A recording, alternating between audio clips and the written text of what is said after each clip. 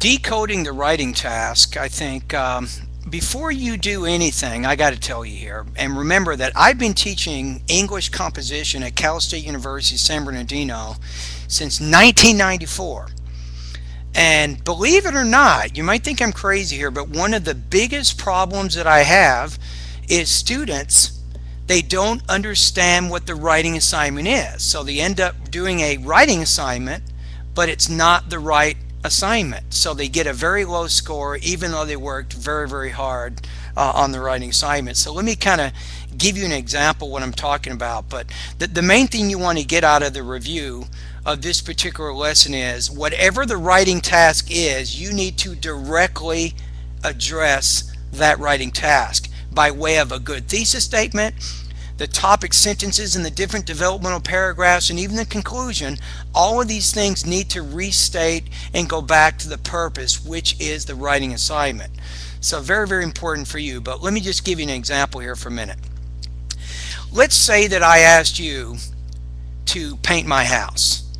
And I said, I want you to paint the interior walls of my home light brown.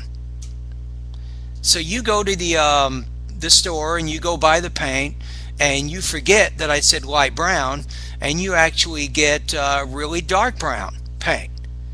So you go to my house, I'm on vacation, so you're painting the whole house, you paint it dark brown. So I come back and I'm like, what happened? This is the wrong color. So think about it. Now, you worked really hard painting the walls in my house, right? But you did it the wrong color. So it doesn't matter how hard you worked, you still didn't do the right job.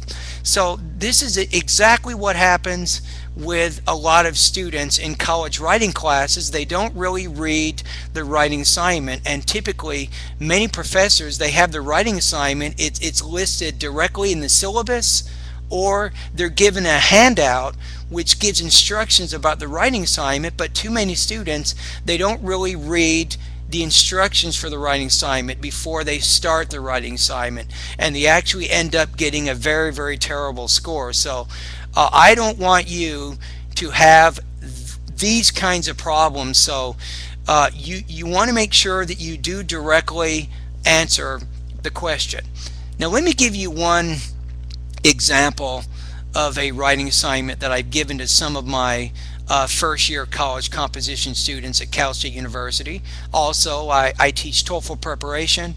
I've given the same writing assignment to these students, and they all basically have the same problem. But let me give it to you first. Let's say I gave you this writing assignment here. It said some workers, they like to work for one company all of their life.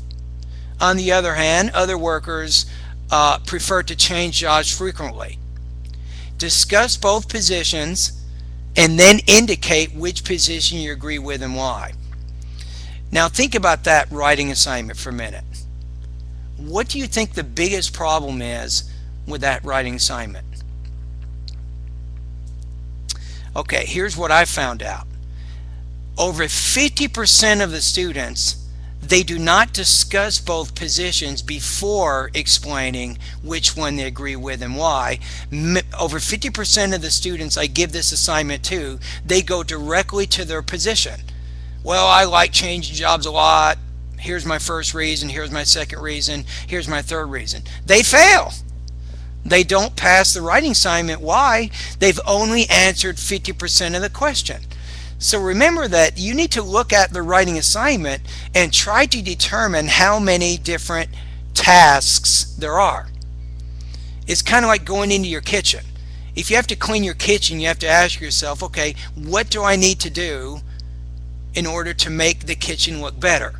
So you might say, number one, I need to empty the dishwasher. 2, I need to clean the sink.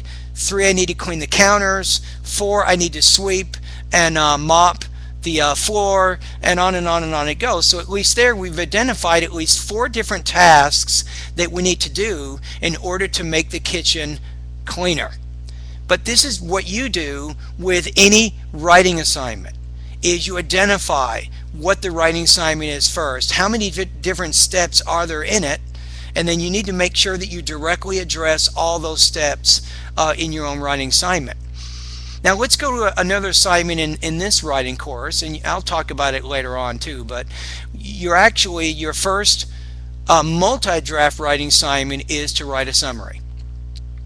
And you'll notice when you get to the topics that lead up to that writing assignment, I give you some good instruction on why and how we write summaries.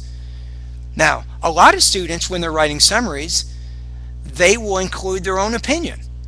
They'll include what they think about the article. But that's not what a summary is.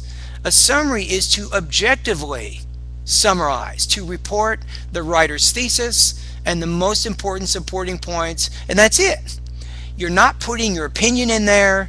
You're not talking about the minor details, nothing like that. So again, it's important to look at the writing assignment and figure out how many tasks there are in it and how you're going to go about doing that. And really, that's really the main thing that you want to get out of this particular lesson is think. There is thinking involved before writing. And part of the thinking is to understand what the writing task is.